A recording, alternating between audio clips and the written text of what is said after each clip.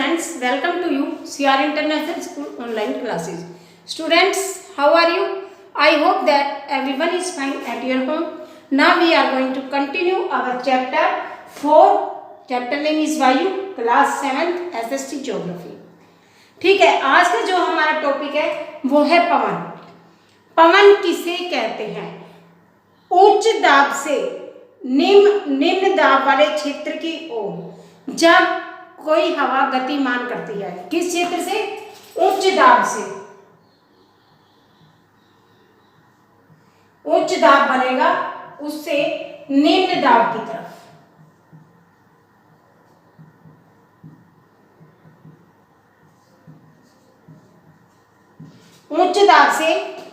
उच्च दाब वाले क्षेत्र से निम्न दाब वाले क्षेत्र की ओर जब कोई हवा क्षैतिज गति में गतिमान करती है तो उसे हम क्या कहते हैं? पवन. ठीक है. पवन की दिशा को ज्ञात करने के लिए हम विंड वेग, जिसे हम वात दिग्दर्शी, यानी पवन की दिशा का ज्ञात कराने वाली, दिग्दर्शी अनुमान कराने वाली कोई भी यंत्र विंड वेग, जिससे हमें हवा के बारे में उसकी दिशा का भान हो, उसे हम क्या कहते हैं? या तो कहेंगे वात दिग्दर्शी या कहेंगे विंड वेग. इस नाम का उपकरण किस लिए प्रयोग किया जाता है? पवन की दिशा को, कि पवन किस दिशा में जा रही है, उत्तर से पूर्व या पूर्व से दक्षिण. हम कह देते हैं ना उत्तर पूर्वी पवने या दक्षिणी पश्चिमी विक्षोभ, तो उससे हमें पता लगता है कि कौन सी हवा किस दिशा से किस दिशा की तरफ जा रही है. किससे मापते हैं? वात दिग्दर्शी या विंड वेग से. ये पवन वेग मापी नामक उपकरण का प्रयोग किया जाता है जब हम पवन की चाल को नापते हैं कि वो कितनी स्पीड से है. ये तो था पवन किसे कहते हैं. ठीक है, ये था पवन के बारे में.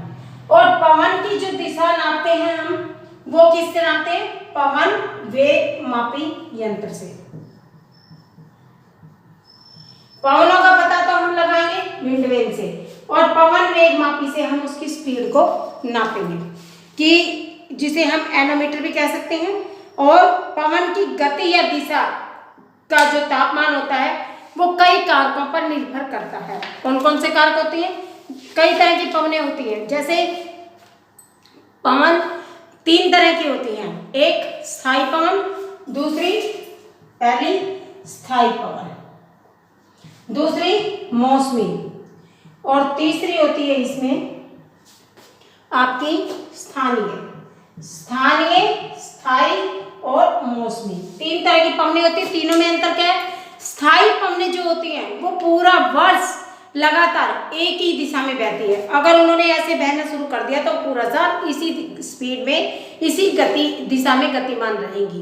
व्यापारिक पवनें होती हैं, जैसे पूरे साल व्यापारिक पवनें दक्षिण से उत्तर की तरफ आती हैं, जिनको हम क्या कहते हैं? दक्षिण पश्चिमी विक्षोभ. व्यापारिक पवनें हो गई. पछुआ पवनें जो मौसम के अनुसार चलती हैं. और ध्रुवीय पवनें, ये कौन सी पवनें हैं? स्थानीय पवनें हैं. ठीक है. जो मौसमी पवनें हैं वो पवनें एक किसी विशेष मौसम में ही दिशा को बदलती है, एक दिशा में बहती है. मौसमी पवनें उन्हीं ही कहते हैं. जैसे भारत में बहने वाली मानसूनी पवनें, ये एक मौसम आता है बारिश का, मानसून का, तभी ये चलती हैं. एक विशेष तरह का मौसम आ गया ना, तो ये कौन सी कहलाएंगी? मौसमी पवनें. और स्थानीय पवनें ये किसी छोटे से क्षेत्र में वर्ष में या दिन में कभी भी थोड़े समय के लिए चलती हैं, स्थानीय पवनें कहलाती हैं. जैसे उत्तरी भारत में जून जुलाई में क्या चलती है? तेज लूएं, आंधी चलती है. उन्हें क्या कहेंगे? हम लू कहते हैं. गर्म और शुष्क पवन में वो किसी एक क्षेत्र को प्रभावित कर रही हो सकता है. जो समुद्र के आसपास के किनारे है वहां पर ऐसा मौसम ना हो, ज्यादा गर्मी ना हो, वहां पर धूल भरी आंधियां नहीं चलती, तो वहां पर कोई और मौसम होगा, उसके अकॉर्डिंग वहां पर पवनें अपनी दिशा ग्रहण करती हैं. तो पवनें 3 प्रकार की होती हैं. स्थायी जो लगातार एक ही दिशा में बहे पूरा साल. स्थानीय जो किसी छोटे से क्षेत्र में किसी एक दिन में वो अपने समय के हिसाब से चलती है, विशेष समय से. ठीक है। और मौसमी पवनें वो होती हैं जो किसी एक विशेष मौसम होता है उन पवनों का, हर साल वो उसी मौसम में आती हैं, जैसे कि मानसूनी पवनें। आर्द्रता क्या होती है? अब नेक्स्ट टॉपिक हमारा आर्द्रता। आर्द्रता का मतलब होता है वायुमंडल में उपस्थित जल वाष्प। जल वाष्प होते हैं तो वो अपने अंदर एक पानी की बूंदी रखते हैं जिससे नमी आती है। ये क्या, कहाँ से जल वाष्प बनते हैं? बड़े बड़े तालाब हों, भूमि का वो क्षेत्र हो जो जिसमें जल हमेशा रहता हो, और वाष्पित होकर ये जल वाष्प में बदल जाते हैं। कोई पानी वाले क्षेत्र में पानी का होना, चाहे वो जलाशय हो, तालाब हो, नदी हो, नहरें हो, उनसे वो क्या बनते हैं सॉरी, वाष्पित होकर वो जल वाष्प में बदलते हैं। आर्द्रता जो होती है वो किसी विशेष स्थान जो भी होता है उसके तापमान पर निर्भर करती है। तापमान गर्म होगा, ज्यादा होगा, तो वहां आर्द्रता भी ज्यादा होगी। अगर तापमान कम है तो वहां पर वायु की जो आर्द्रता है वो कम होगी। यानी तापमान ज्यादा होगा तो आर्द्रता भी ज्यादा, तापमान कम होगा तो आर्द्रता भी कम होगी। आर्द्रता अधिक होने पर मौसम कैसा होता है? उमस भरा। आप देखते हो ना जन्माष्टमी के आसपास कितनी गर्मी, उमस भरा सा मौसम होता है जिसमें शरीर से भी खुद पसीना सा ऐसा महसूस होता है कि हमें निकल रहा है, तो हमें बेचैनी सी महसूस होती है। उस समय हमें चैन नहीं आता, अंदर सारा चिपचिपाहट सी महसूस होती है।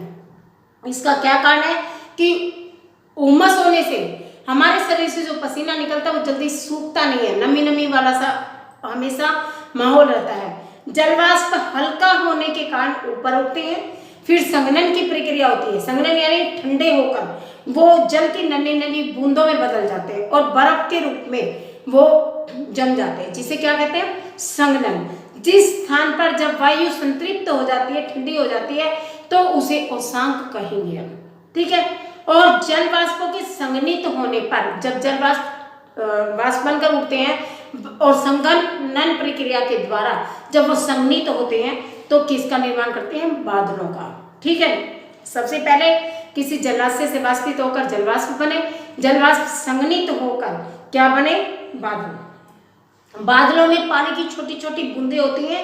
जब ये बूंदें भारी हो जाती हैं और वायु में तैरने के लायक नहीं रहती, इनमें इतने ज्यादा नमी आ जाती है कि ये बिल्कुल भारी हो जाती है और वायु में चल नहीं सकती हैं। पानी की बूंदें नहीं तो गतिमान होती रहती हैं, लेकिन जब ये ज्यादा भारी हो जाती हैं तो ये क्या करती हैं?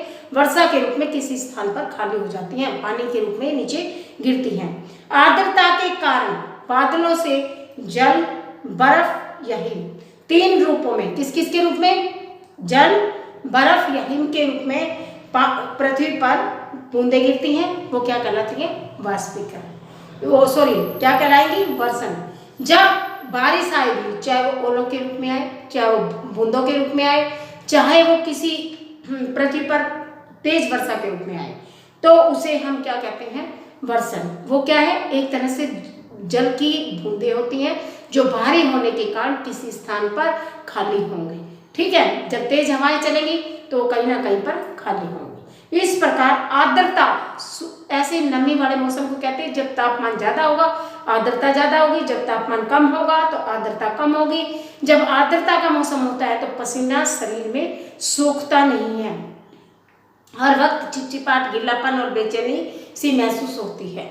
नमी वाला ना, उसमें मतलब त्वचा रोग भी बहुत सारे हो जाते हैं, क्योंकि जब पसीना सोखता नहीं है, चिपचिपाहट रहती है, कपड़े भी हमें इससे गीले गीले से चिपचिपे से रहेंगे, तो उस उमस भरे मौसम में त्वचा रोग काफी पनपते हैं। तो इस तरह से ये क्यों होता है? जल वाष्प की क्रिया के कारण। जब वाष्प बनकर पानी ऊपर उठता है, संघनन प्रक्रिया के द्वारा वह बादलों में समा जाता है और बादलों से वो पानी की बूंदों के रूप में वापस पृथ्वी पर आता है। तो इस तरह से ये चक्रण चलता ही रहता है। आज हमने पवनों के प्रकार पढ़े हैं, कौन कौन सी पवनें किस तरह से कितने रूपों में आती हैं, स्थायी, मौसमी और स्थानीय, और आर्द्रता को कंप्लीट किया। इससे संबंधित जो भी आपके क्वेश्चंस बनते हैं वो मैं CRF पर भेज दूंगी। आप वहां से क्वेश्चन को अपने को लिख लेना है कॉपी में और साथ साथ में याद करते रहना है, ठीक है बेटा। Thank you very much. कल आपसे नेक्स्ट टॉपिक के साथ मिलते हैं। ओके।